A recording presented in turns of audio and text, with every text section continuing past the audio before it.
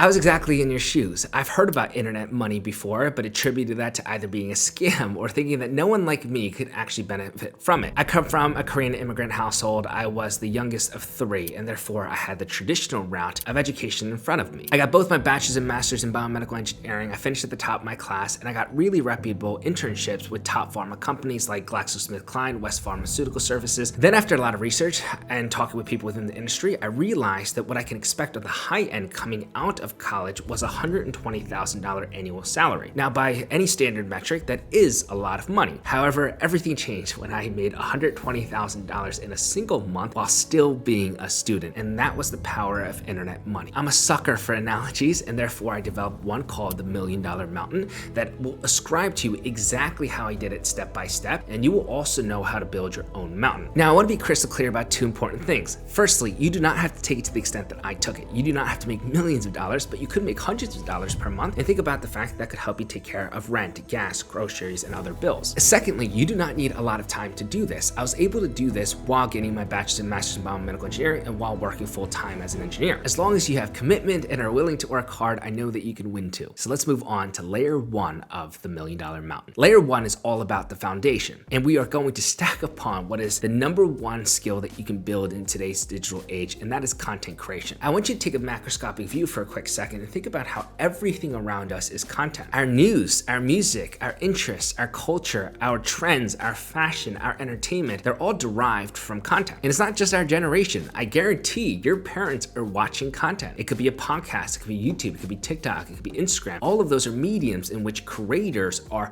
thriving. But the number one mistake that people make when they get to this point is that they choose a niche because they're told to. But the traditional way of niching, I believe, is outdated. It's dead. Because what happens is that if you're known for one topic, as you evolve and have different interests and create about them, no one will engage, and that will actually keep you stuck creating content about something that you no longer enjoy. There's no longevity in that. Instead, I want you to become the niche, and you do that by having an overarching message and having 4 content pillars in which you can share that message with. 3 of those content pillars should be interests of yours, and then that 4th is your story. Let me give you an example. My overarching message is that a personal brand is the greatest long-term asset that anyone can build. So I have 3 content pillars based on interest. Number 1 is about the skill of content creation. Number 2, it's about monetization through digital products or brand deals. And the 3rd is mindset, discipline, and a willingness to have a growth mindset versus a short-term one. But that 4th one is my story. I have to tell people how this message of mine has actually benefited me personally. It allows my content to feel more human, more personable, more relatable. And that's how you actually deeply formulate connection with your audience. It's not just about teaching about different interests, but it's about actually formulating a level of trust with your audience, showcasing that I'm not just strategizing here with you. I'm not just theoretical in my approach. I actually have done it in practice. Everything is built off on this foundation, knowing that you are the niche. This allows you to have longevity and actually allows you to evolve with your audience over time. Layer number 2 is strategically knowing exactly what to post. Now, I encourage everyone in here to actually post at least 3 times per week, and those 3 are going to be number 1, storytelling, number 2, a value post, and number 3, a reach post. A reach post, to clarify, is a post that's optimized for viewership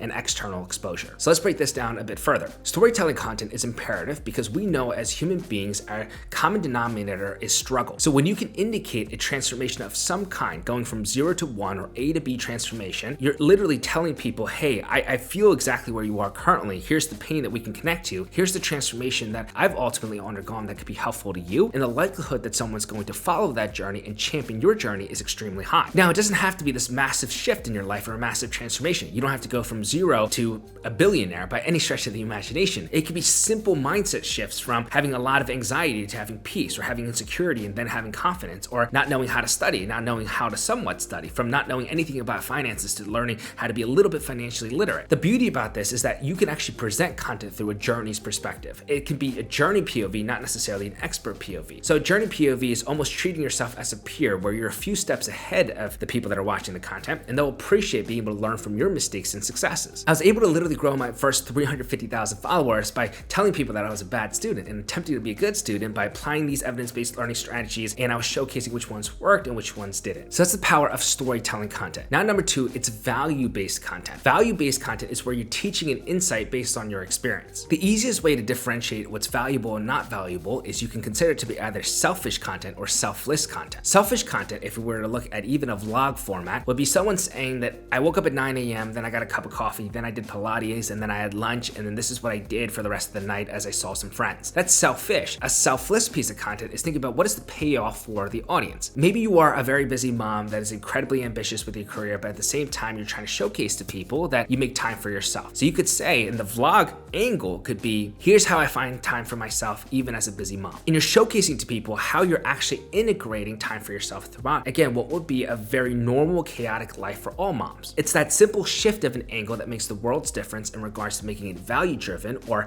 let's say a selfish piece of content. Now, the third type is for reach. You have to grow as a creator. You need to keep building your audience. And as you evolve, you're going to need new audiences for different interests over time. That means you have to get really good at optimizing for viewership when you're actually aiming to do that. It's not meaning that every single piece of content is meant to go viral, but when you're trying to garner reach, you should be good at that. If that means that you're utilizing a format that has worked for you in the past, or if that means that you're utilizing a trending format and combining with your own message to make it a brand building piece of content, you need to have content on a weekly basis that's optimized for attracting those eyeballs. Now, layer number 3, this is where the fun begins. This is where you begin to monetize. Now, there are 2 ways to monetize that have the highest ceilings. Number 1 is brand deals, and this is most commonplace where people will work with brands and products that they really enjoy, and then they will market them to their own audience. But that second way of doing it is a lot less frequent, but significantly higher in potential. That is your own digital products. Let me explain. So I used to work with a company called Alphalete, and at Alphalete, when I would market their products, I would get 10% commission off of what I generated for the business. And that would mean that if I made $10,000 for them in 1 month, I would have a take home of $1,000. Now, it's important in the first place that you choose brands that are actually reputable and brands that will build your authority in their own respective spaces. So today I work with Meta, ManyChat, and also Red Bull. So those are really powerful brands to be working with.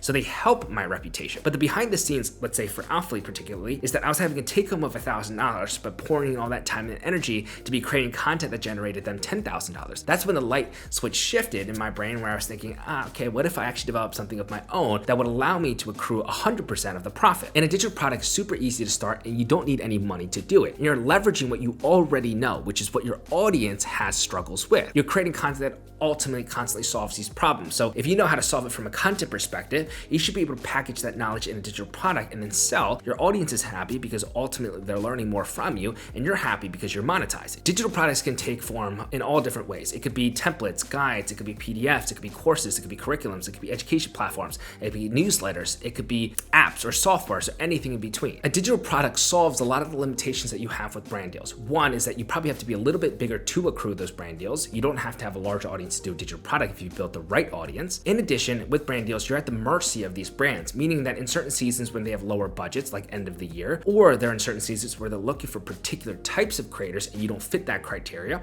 you still can actually make money on your own accord. And with that income, then you can actually reinvest it into your businesses, make it better, and ultimately grow as a creator. So for me, when I first launched my digital guide to academic success, that was my very first product and did $30,000 in its first week, which was life-changing. But I spent about 100 days in which I was reviewing with my biomedical engineering professors and my biomedical engineering peers, developed this product, felt really good about it, and then provided value to my audience. Most people were actually telling me to make merch back then. I was like, why the heck would I make merch? Everyone is doing merch. What good is another sweatshirt? What if I could give them a better chance at getting better jobs coming out of college? And that was a hit, right? And so the ability for me to accrue that money, then reinvest it into a physical product, which landed #1 Amazon's new releases, is what ultimately took me to $1 million while I was still a student. Then I reinvested that money into building a bigger team. And now with Create at College, we did $3 million in 9 months with a global team of 16 people. To be a good creator, you have to keep reinvesting. But how do you have that type of income flow? It's not just through brand deals. I really do believe digital products tends to be a great way to do that for yourself. And then the fourth and final layer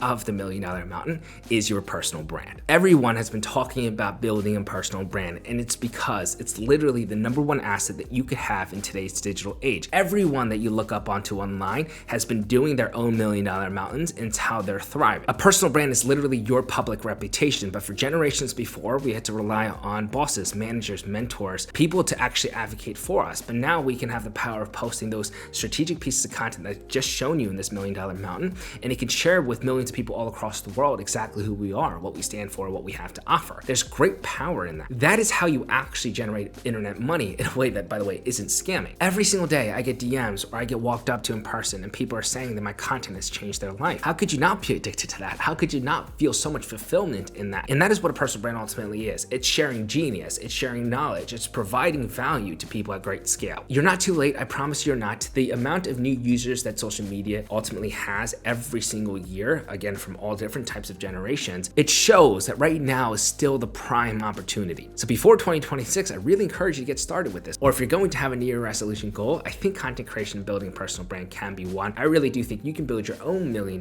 mountain too. If you have any questions, leave them in the comments below. Give this video a thumbs up and of course subscribe. With that being said, guys, I will see you all at the top.